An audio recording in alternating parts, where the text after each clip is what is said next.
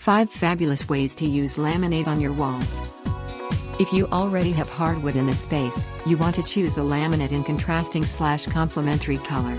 You want the wall to stand out as well as accent the space. Installing laminate inside of your home's built-ins, shelving, or insets is a unique approach to this classic storage option. The laminate helps to draw attention to the cutout and frame it as a visually appealing piece. By lining the top of your fireplace with laminate, you can help elevate your room and make the room look larger.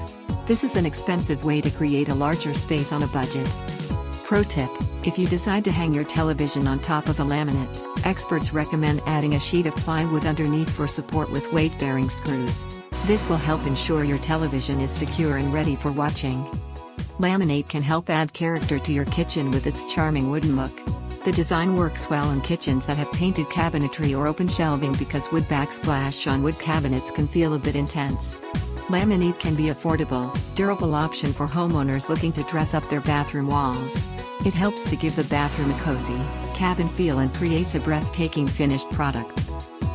For more tips, visit unitedfloors.ca.